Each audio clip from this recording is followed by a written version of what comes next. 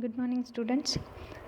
So today we'll continue with the same topic, that is your vitamins. So today we'll be learning about a new fat soluble vitamin, that is your vitamin D. So this is also called as sunshine vitamin or anti-rachitic factor. So as I said, it is another fat soluble vitamin. It can be endogenously synthesized in our body. Okay, so coming to its structures, it belongs to a steroid compound which has a steroid nucleus in its structure, and it has two provitamin forms, that is your vitamin D3 and D2. The D3 is also called as cholecalciferol, or it's named as cholecalciferol, which is present only in the animal tissues, and it is synthesized in skin by UV rays of your sunlight. Whereas vitamin D is called as ergocalciferol, which is obtained by radiating your plant sterols. So coming to the sources of your vitamin D, we have animal sources and plant sources, whereas the dietary sources of the animal sources of your vitamin D are eggs, meat, fish oils, fortified milk, which are the sources of your vitamin D3, that is your cholecalciferol. The plant sources, the commercial irradiation of yeast will give you vitamin D, that is ergocalciferol. Okay, so these are the provitamin forms of your vitamin D. The endogenous sources, that is the 90% which is synthesized in skin via UV light exposure from sunlight, that is again the provitamin vitamin D3 cholecalciferol. Okay, these are the sources of your vitamin D. Coming to the synthesis or endogenous synthesis of your vitamin D3, provitamin D3, that is cholecalciferol. The cholesterol is converted to 7-dehydrocholesterol by the enzyme called as dehydrogenase. This 7-dehydrocholesterol is converted to cholecalciferol when it is exposed to UV light. Okay, so this is how the vitamin D3 is synthesized endogenously. Okay, coming to the structures, the above structure which is showing vitamin D3, the below one is vitamin D2. So here you can see the ergocalciferol, which is irradiated and it is converted to your provitamin ergocalciferol. Ergosterol is converted to ergocalciferol in the plants by irradiating. Coming to the recommended dietary allowance of your vitamin D. In adults, it is 200 international units per day or 5 micrograms per day. In children, pregnancy, lactation and old people, the RDA is 400 international units per day or 10 micrograms per day. Coming to its absorption, all fat soluble vitamins are absorbed along with your dietary lipids, and they require bile and the digestive enzymes which assist in emulsification and micelle formation. And the factors which interfere the absorption of fat, again they will interfere with the absorption of your fat soluble vitamins. So this structure is showing the active form of your vitamin D, that is calcitriol. The name of your active form of vitamin D is calcitriol. Why? Because it has tri stands for three alcohol groups or hydroxyl groups. One is on the first position, second on the third position, and at the 25th position you can see, which is encircled by red circles. Coming to the calcitriol, 125 dihydroxycholecalciferol is your calcitriol. 125 dihydroxycholecalciferol is the calcitriol, and it is a active form of your vitamin D. It is formed by two hydroxylation reactions. One is in the liver and another one hydroxylation reaction in kidney. At the 25th position in liver, at the first position, that is by the 1-hydroxylase enzyme in kidney. So this 1-alpha hydroxylase is an regulatory enzyme in calcitriol synthesis. So this is how the active form is synthesized in our body itself. At the 25th position and the first position of your cholecalciferol, which is hydroxylated by two different enzymes, 25 hydroxylase and 1-alpha hydroxylase. Coming to the functions of vitamin D, as I said, the active form of vitamin D is called as calcitriol. So this calcitriol has three major target organs, that is intestine, bone and kidney. So it is termed as hormone. Why? Because the vitamin D is synthesized in our body and it acts like steroid hormones, has a definite target organs like your hormones, okay, and it is produced in one organ like your other hormones, and it acts on different organs, okay. And calcitriol is subjected to feedback inhibition also, so that is why it is called as the hormone, okay. Actions of calcitriol, as I said, it has major three organs. One is your intestine, kidneys and bone.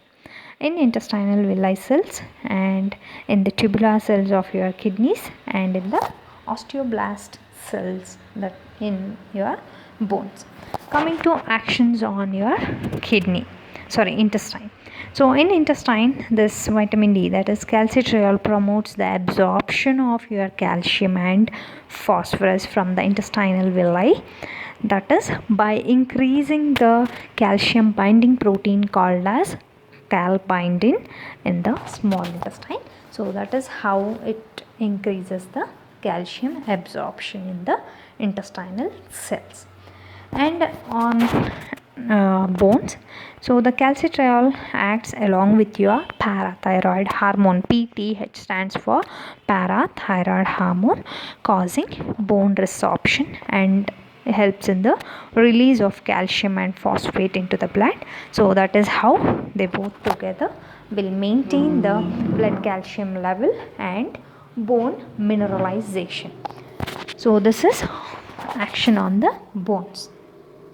Coming to the action on your kidney tubular cells, it acts by increasing the reabsorption. It decreases the excretion of your calcium and phosphates by increasing the reabsorption of calcium and phosphate from the renal tubular cells. So that is how they maintain the vitamin D, or calcitriol maintains the or helps to maintain the blood calcium level. So its major function is to maintain the blood calcium level by acting on its different target organs. Clear? Coming to the other functions of your vitamin D, it is involved in the cellular growth and its differentiation and the apoptosis. Apoptosis is the programmed cell death, and it also stimulates the insulin secretion. It modulates your immune system and it helps in reducing your inflammation, and it also helps in muscle development. Okay, so these are the other functions of your vitamin D. And coming to the vitamin D deficiency, the causes for vitamin D deficiency are lack of exposure to your sunlight, that leads to low synthesis or decreased synthesis of vitamin D, and nutritional deficiency, where there is defect in intake or decreased intake, and high phytate contents in the diet leads to the phytates, which will affect the absorption, interfere with the absorption, and malabsorption syndrome, the liver and renal diseases, leads to deficiency of active vitamin D, that is calcitriol. Coming to deficiency manifestations, the vitamin D deficiency causes two. One is rickets in children, whereas osteomalacia in adults. Coming to the rickets, the vitamin D deficiency is seen in children. This rickets is only in children, where in between the age of 6 months to 2 years. This rickets is characterized by insufficient or defective mineralization of the cartilages, where you can see soft and pliable bones, especially on the weight bearing bones which are affected, that is legs, and bone contains normal amount of osteoid matrix, but there is defect in the mineralization, so here fails to mineralize. The clinical features of your rickets, the bone deformities will be bruising of frontal bones, which appears as hot cross buns, and pigeon chest, ricketry rosary, which is a beading appearance of ribs, bow legs, knock knee, and the biochemical findings, where you can see the decreased calcium and phosphate levels in the blood or in the serum, and the alkaline phosphatase activity will be increased in the blood, or ALP levels will be increased in the blood. So this picture is showing the different clinical manifestations of your rickets: frontal and parietal bruising, and pigeon chest, Harrison's groove, bow legs, that is soft and pliable or fragile bones. These are the different pictures showing the different clinical features of your vitamin D deficiency or rickets. So here you can see frontal bruising, again the ricketry rosary, that is beaded appearance of your ribs, you can see here. So here this is the beaded appearance of ribs. So the knock knee, appearance of legs, and the bow legs, where you can see here before treatment and after the treatment of vitamin D. And coming to the osteomalacia, the osteomalacia is this is seen in adults due to vitamin D deficiency, and it is characterized by mineralization of previously formed bones in adults.